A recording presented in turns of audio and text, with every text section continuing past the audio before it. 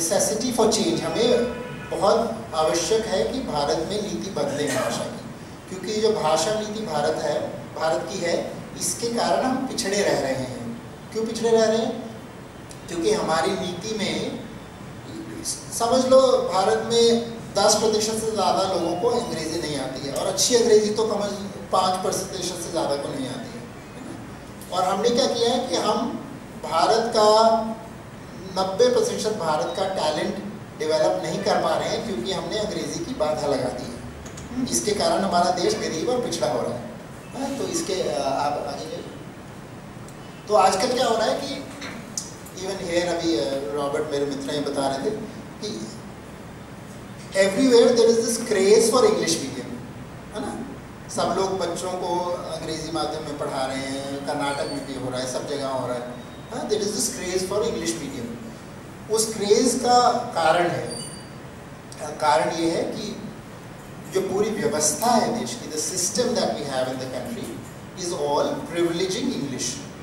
The status is not being created because of some international imperative. The status is being created by state policy in India. In India, the state policy says that all the top engineering institutions are only in English. All the top business programs are only in English. All the top medical schools are only in English. If you want to practice in the Supreme Court, you can only practice in English. If you want to practice in most high courts, you can only practice in English. So this is not happening because of a global inevitability. It is happening because of India's policy. That is what is creating the craze for English. तो उसमें हो क्या रहा है उस craze के कारण कि गाँव में भी लोग कह रहे हैं कि अंग्रेजी माध्यम में बच्चा पढ़े।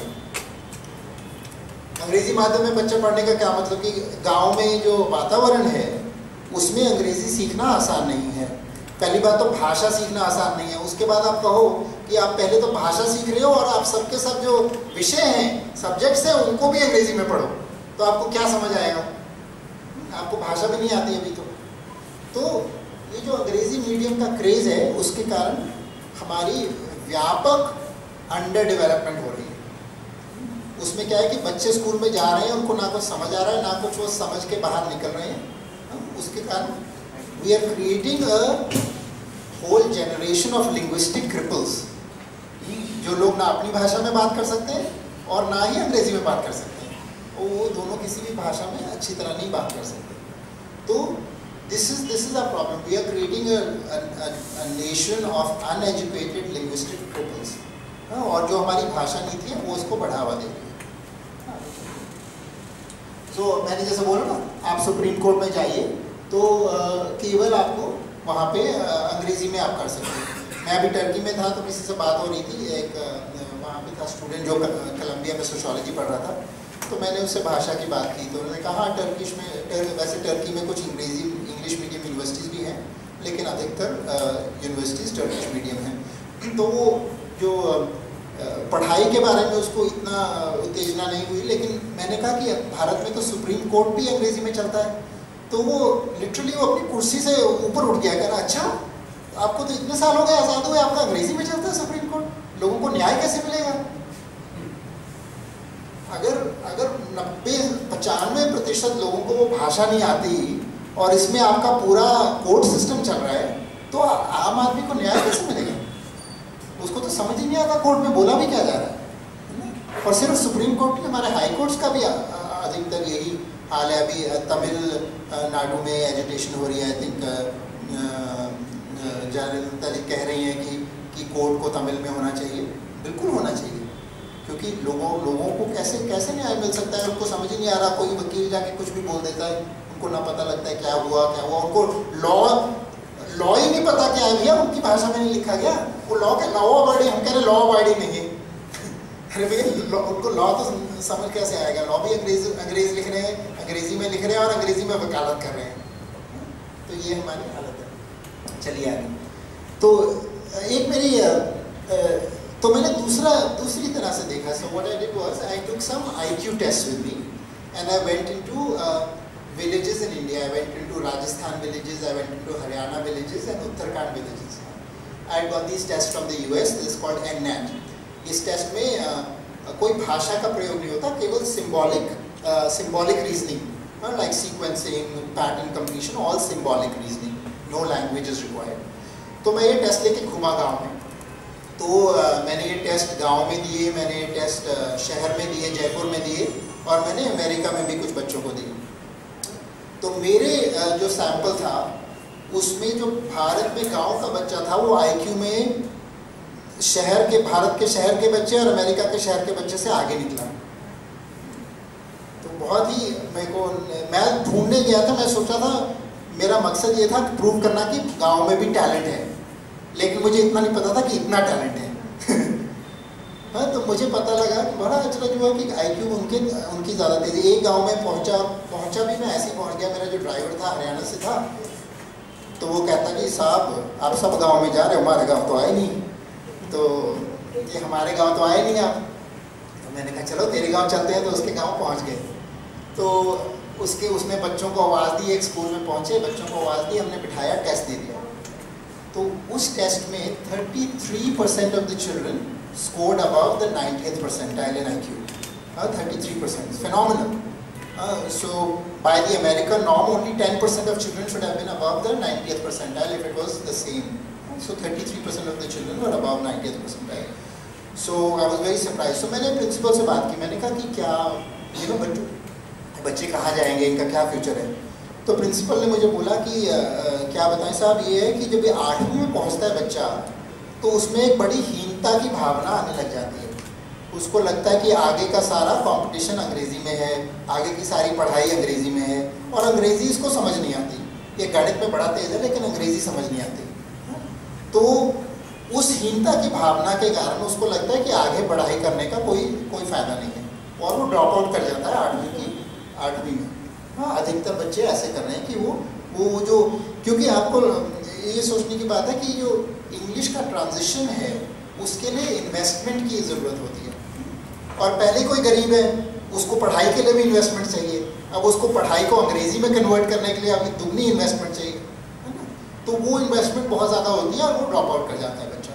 तो इसका this is the result that we are vastly under developing India's talent, और 90% of India's talent is being underdeveloped. People who could be competing with the world, who could be top engineers, doctors, scientists of the world, are working as cooks and servants because of the policy we've created. This is what we do. आगे चलिए। तो ये तो यहाँ पे बताने की ज़रूरत ही नहीं होगी, लेकिन भाषा संस्कृति का वाहक होती है। Language carries culture. When more we get divorced from language, the more we get separated from our culture. You can see even the difference between English media and how it represents Indian culture versus Indian language media. But most of the people who argued for Indian languages have only argued on cultural grounds. वो सही बोल रहे हैं, वो सांस्कृतिक कह रहे हैं कि हमारी सांस्कृतिक विरासत है, ये खो जा रही है, बिल्कुल ठीक कह रहे हैं। लेकिन जो मैंने काम किया है इसमें मैं कह रहा हूँ कि केवल सांस्कृतिक विषय नहीं है, आर्थिक विषय भी है। संस्कृति में तो हम पीछे पढ़ ही रहे हैं, लेकिन हम आर्थिक दृष्टि से भी पीछे पढ़ रहे हैं अंग्रेजी के कारण। So we are actually getting undeveloped because of our obsession with English medium, because of the craze for English medium. And also we have to realise that this is a civilisational battle that is happening. All the major civilisations of the world are promoting their own languages. China का बहुत बड़ा scholarship programme है लोगों को मंdarin सिखाने के लिए। वो पूरे अंतर्राष्ट्रीय बच्चों को चाइना में ला रहे हैं, स्कॉलरशिप दे रहे हैं ताकि वो मैंडरिन सीखें। मैं अभी एक सज्जन है, आजकल न्यूज़ में थे, डॉक्टर वेद प्रताप वैदिक, उनसे मैं मिला जाके। वो भाषा के बारे में काफ़ी बोलते रहे, वैसे बहुत ही विद्वान सज्जन है। उनके बारे में वैसे तो आजकल अखबार के कारण, वो हफीज़ वगैरह के कारण ऐसी वैसी बातें थी, लेकिन मैं जानता नहीं था, तो मैं जाके मिला। तो वो 90 देशों में जा चुके हैं, वो पर्शियन में फ्लुएंट है, और कोलंबिया से उन्होंने PhD किया हुआ है। बहुत ही विद्वान आदमी है, मैं उनके बड़ा इम्प्रेस हुआ। वो मुझे बता रहे कि वो चीन गए, और चीन में उनको पाकिस्तानी लड़के मिले जो इंजीनियरिंग पढ़ रहे थे। तो उन्होंने पूछा, अरे आप पाकिस्तान से चाइना में आके इंजीनियरिंग पढ़ रहे हो, कैसे पढ़ रहे हो, कैसे होता है, आपको यहाँ अंग्रेज़ी में पढ़ते हो, कैसे पढ़ते हो? कह रहे नहीं, सब चीनी में पढ़ाई जाती है इंजीनियरिंग। तो पहले हमारा 1 साल का कोर्स होता है जब हम चाइनीज़ सीखते हैं, उसके बाद इंजीनियरिंग सीखते हैं। तो ये चाइना कर रहा है। हाँ, चाइना चाइनीज़ में इंजीनियरिंग सिखाता है और लोगों को बुलाता है, वो चाइनीज़ सीखते हैं, वो इंजीनियरिंग करते हैं। और भारत के अंदर एक भी सर्वश्रेष्ठ इंजीनियरिंग कॉलेज नहीं है जो कि भारतीय भाषाओं में चलता हो। तो ऐसे ही फ्रांस ने पूरे अलायंस फ्रांसाइज इंस्टीट्यूट बनाए हुए हैं विश्व भर में, जो कि फ्रांसीसी भाषा को आगे बढ़ा रहे हैं। They are taking France and also they have a committee in France, they have a committee where every time a new word comes, it's formally decided what is the French equivalent of that word. So जैसे आजकल हिंग्लिफिकेशन चल रही है आजकल, हाँ, सब हम अंग्रेजी को उसके अंदर डाल के बोल रहे हैं, तो ऐसा नहीं हो रहा है फ्रांस में। फ्रांस में उसको, और जो हाई फ्रेंच मानी जाती है, so the high society will use good French and that good French will not be all mixed up with English. And हमारे यहाँ क्या हो गया, ये स्टेटस हो गया कि हम अंग्रेजी का शब्द बोलें, अगर हिंदी में या कन्नड़ में या तमिल बोल रहे हैं तो अंग्रेजी का शब्द डालें तो हमारा स्टेटस ऊंचा हो जाएगा, है ना। तो वो इसलिए हो रहा है क्योंकि जो व्यवस्था है, the system has created English status, the status is not coming from elsewhere, we have sustained the system which privileges English, जो कहती है कि अगर आप सोफिस्टिकेटेड हो तो आप अंग्रेज़ी बोलोगे, अगर आप एजुकेटेड हो तो अंग्रेज़ी बोलोगे, आप कल्चर्ड हो तो अंग्रेज़ी बोलोगे। और अगर आपने, and it's from state policy, जैसे मैं कह रहा हूँ, if you are a supreme court जज you must know English, if you are a supreme court lawyer you must know English, if you are an officer in the army your exam is in English, if you are a jawan तो आप किसी भी भाषा में आप exam दे सकते हो। So this whole hierarchy of language is being deliberately created by state policy. तो इसी को हमको तोड़ना है। तो सऊदी अरब भी, बल्कि अब अरबी भाषा को बहुत प्रचलित हो रही है। पाकिस्तान में आजकल अरबी द्वितीय भाषा की तरह पढ़ाई जा रही है। हाँ, वहाँ पे बल्कि कुछ लोग अब पाकिस्तान को पाकिस्तान बोलने लगे हैं वहाँ पे, क्योंकि अरबी में प नहीं होता तो पाकिस्तान की भी प्रचलन हो रहा है वहाँ पे, क्योंकि वो कह रहे हैं कि अरबी सिखाई जा रही है। अच्छा, तो अमेरिका और इंग्लैंड क्या चाहते हैं? अमेरिका और इंग्लैंड ये चाहते हैं कि भारत अंग्रेजीवाद से ग्रस्त रहे। There is nothing better than America. What America and UK would like is for India to remain an Anglo-Saxon satellite. What is the advantage of India remaining an Anglo-Saxon satellite? They can make our heroes for us. They can give Arundhati Roy a prize and we'll all look up to her. अच्छा Booker prize मिला है, बड़ा heroine बन गया। They can create our heroes for us. They can plant the ideas for us. They can have intellectual control over us, and also we can create intellectual sepoys that we'll export to them.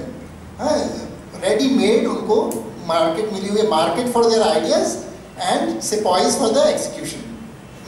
दोनों ढंग से वो तो बहुत खुश हैं कि भारत अंग्रेजीवाद में चला हुआ है, और उसको ये ट्रैक कर रहे हैं। बाकायदा ब्रिटिश काउंसिल ट्रैक करती है कि कितनी पेनिट्रेशन हो गई है अंग्रेजी की इंडिया में। फोर्ड फाउंडेशन स्पॉन्सर करती है ये स्टडी कि अभी रिसेंट स्टडी है उनकी कि अंग्रेजी बोलने वालों को भारत में ज़्यादा वेतन मिलता है। अरे वो तो मिलता ही है, आपने पूरा सिस्टम अंग्रेजी का चला रखा है तो मिलेगा।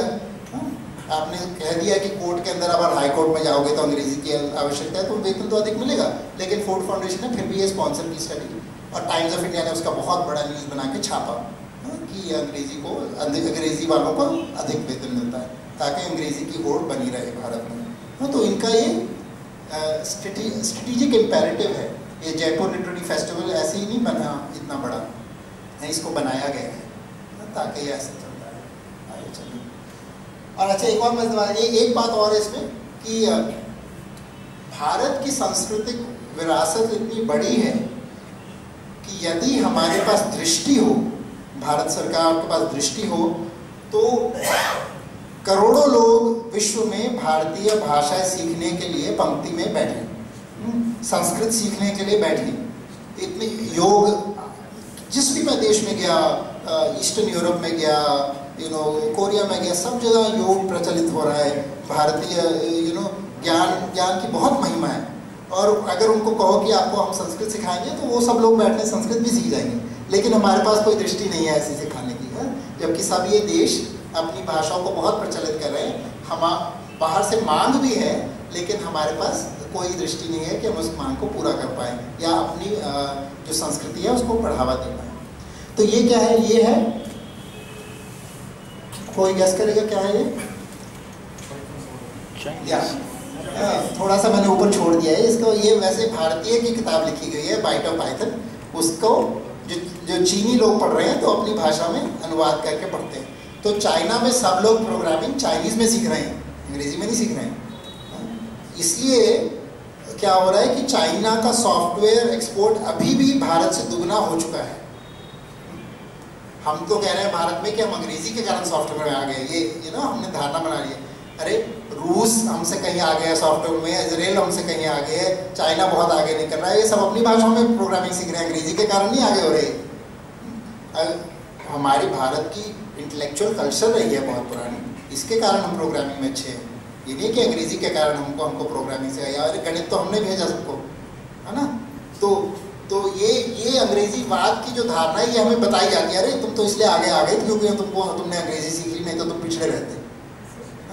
जबकि वास्तविकता बिल्कुल विपरीत है। वास्तविकता क्या है? अंग्रेजी हमारे पिछड़ेपन की भाषा है। English is the language of our backwardness. The more we are stuck with English, the more the possibility of our progress is delayed. So हमको अंग्रेजी बात जब तक छोड़ेंगे नहीं, इसकी धारणा को नहीं छोड़ेंगे।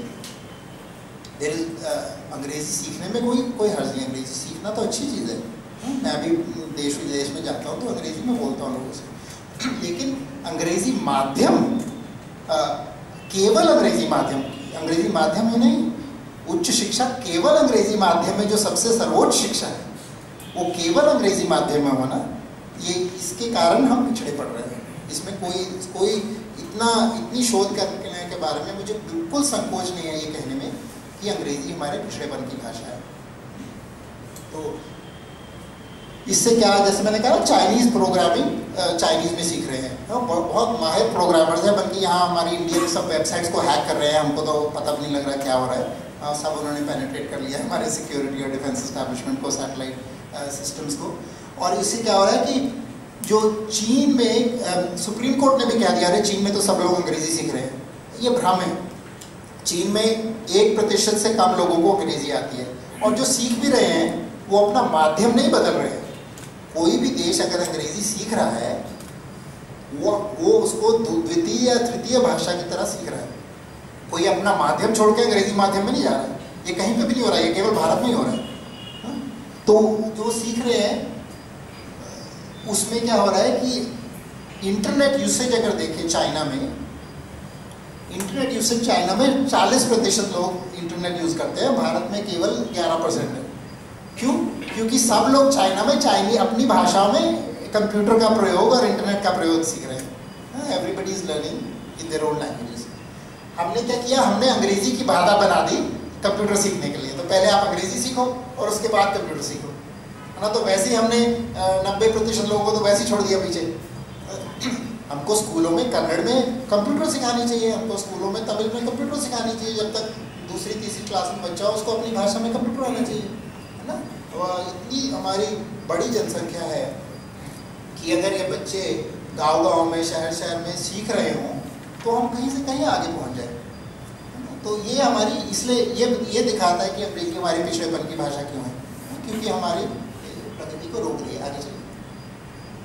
अच्छा, एक मैंने अच्छा ये नंबर ना बड़ी कठिन है मिलने की, कितने प्रतिशत लोगों को वाकई अंग्रेजी आती है भारत में, ये सेंसस से भी क्लियर नहीं हो रहा है। ये नंबर थोड़े कठिन है, कुछ कोई बोल देता है, कोई कई बार मैं अखबारों में पढ़ता हूँ, अंग्रेजी अखबारों में, कि वो English as a second language को कंपेयर कर रहे हैं Hindi as a first language. तो एप्पल्स एंड ऑरेंजेस कंपैरिजन को वो मानते हैं कि ये कंपैरिजन है, कहेंगे अंग्रेजी 20% को आती है और हिंदी तो केवल 30% को आती है, ऐसे कुछ बोल देंगे। तो मैंने कहा कि चलो वाकई में लोग प्रयोग में कौन सी भाषा इस्तेमाल कर रहे हैं, what languages are they really using.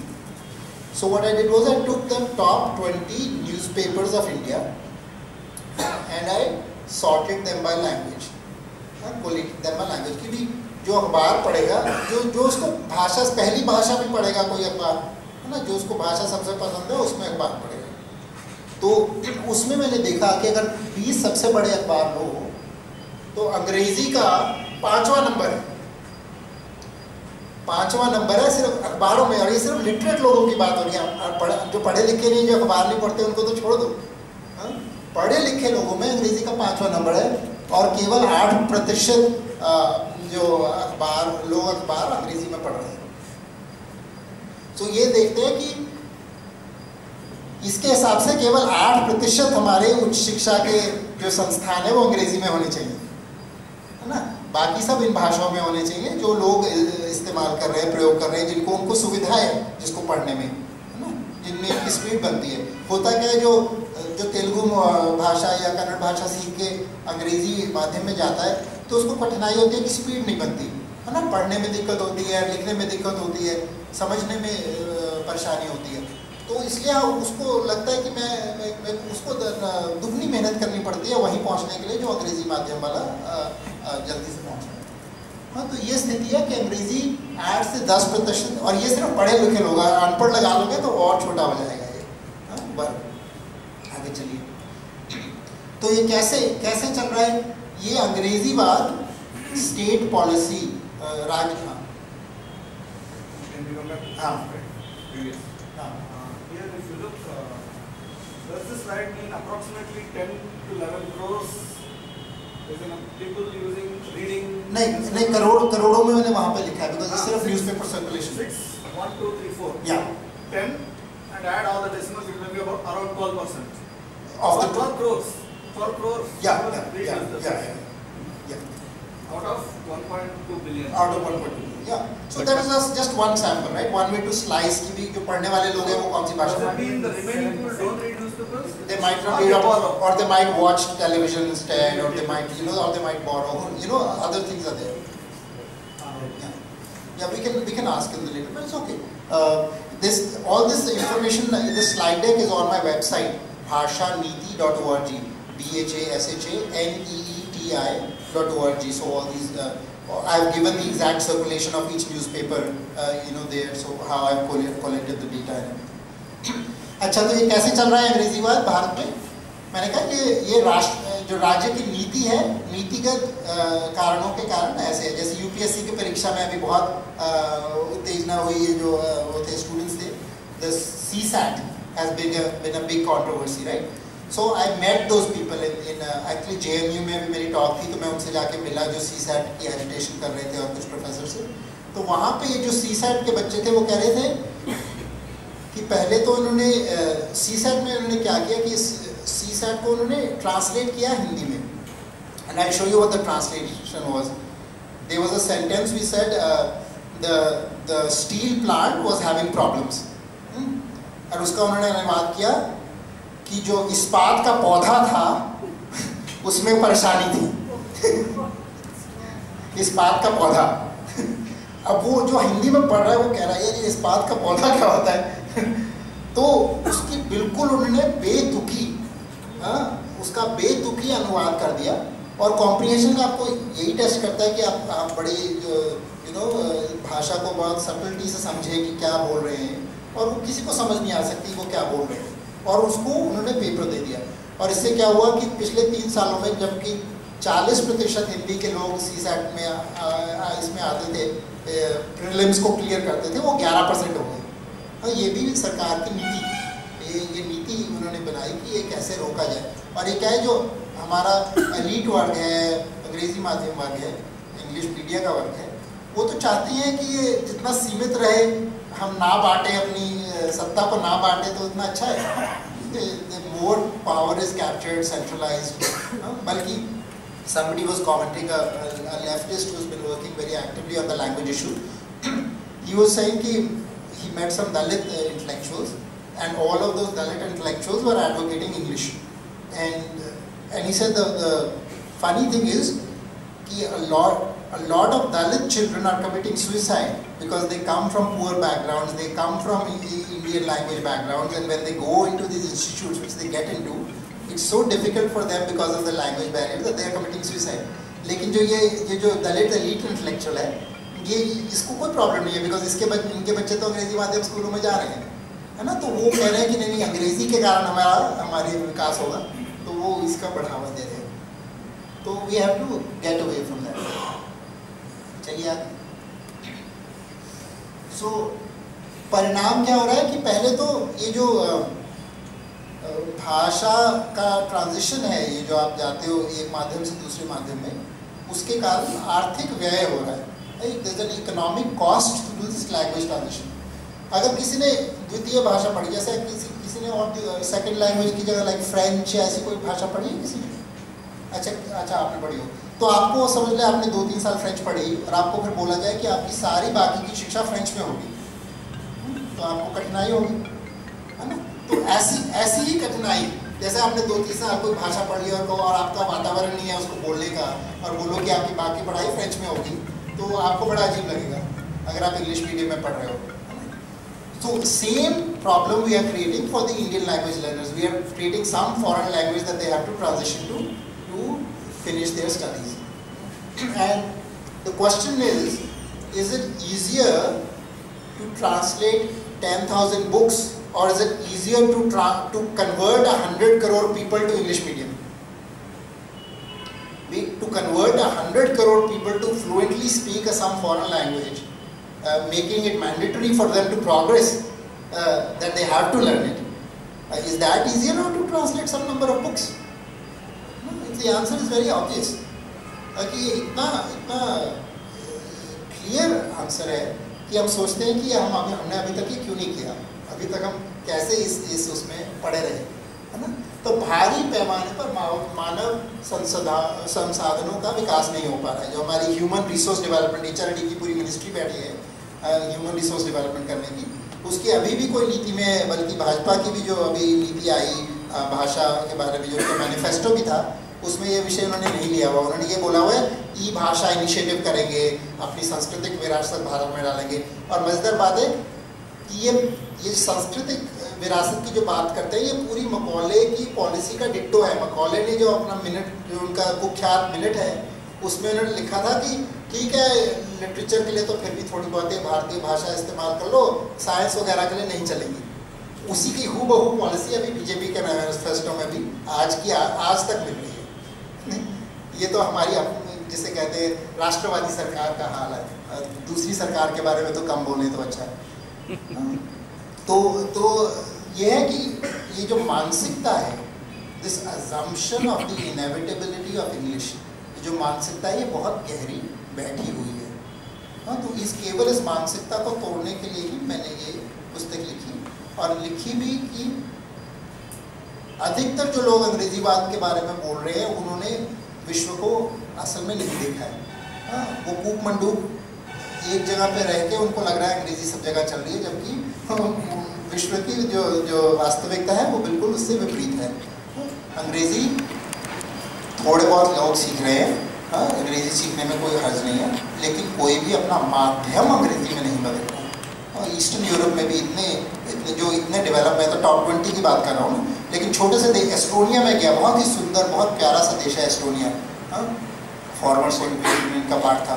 उसके अंदर इतनी अपनी भाषा की वो बढ़ावा दे रहे हैं, सब शिक्षा अपनी भाषा में कर रहे हैं। चेक रिपब्लिक में गया मैंने अभी, इसमें प्राग एक जगह है, तो वहाँ पे मैंने वापस आके ट्वीट किया कि चेक रिपब्लिक में सब लोग अपनी चेक भाषा में सीख रहे हैं। तो किसी का जवाब आया, कोई चेक रिपब्लिक से था, तो उसने कहा तो क्या हम गुलाम हैं, अपनी भाषा में तो सीखेंगे? तो मैंने कहा नहीं, मैं ये आपको कुछ बुरा नहीं मान रहा, मैं आपको कुछ बुरा नहीं कह रहा था, आपको ये नहीं पता कि हम भारतीय लोग नहीं सीख रहे हैं, इसलिए मैंने ये ट्वीट किया कि उसको बहुत बुरा लगा कि मैंने ऐसे कैसे बोल दिया ये अपनी भाषा में सीख रहे हैं। तो उसने कहा यही जवाब था कि हम क्या गुलाम हैं जो नहीं सीखेंगे। जबकि मजेदार बात है कि चेक रिपब्लिक एक्चुअली में गुलाम रहा, वो रशिया के अधीन रहा, और वो पहले जर्मनी के अधीन रहा, उसके बावजूद उन्होंने अपनी भाषाओं को नहीं मरने दिया। जबकि हम तो क्या है, हम होड़ लगा रहे हैं आज कि हम अपनी भाषा को कितनी जल्दी मारें।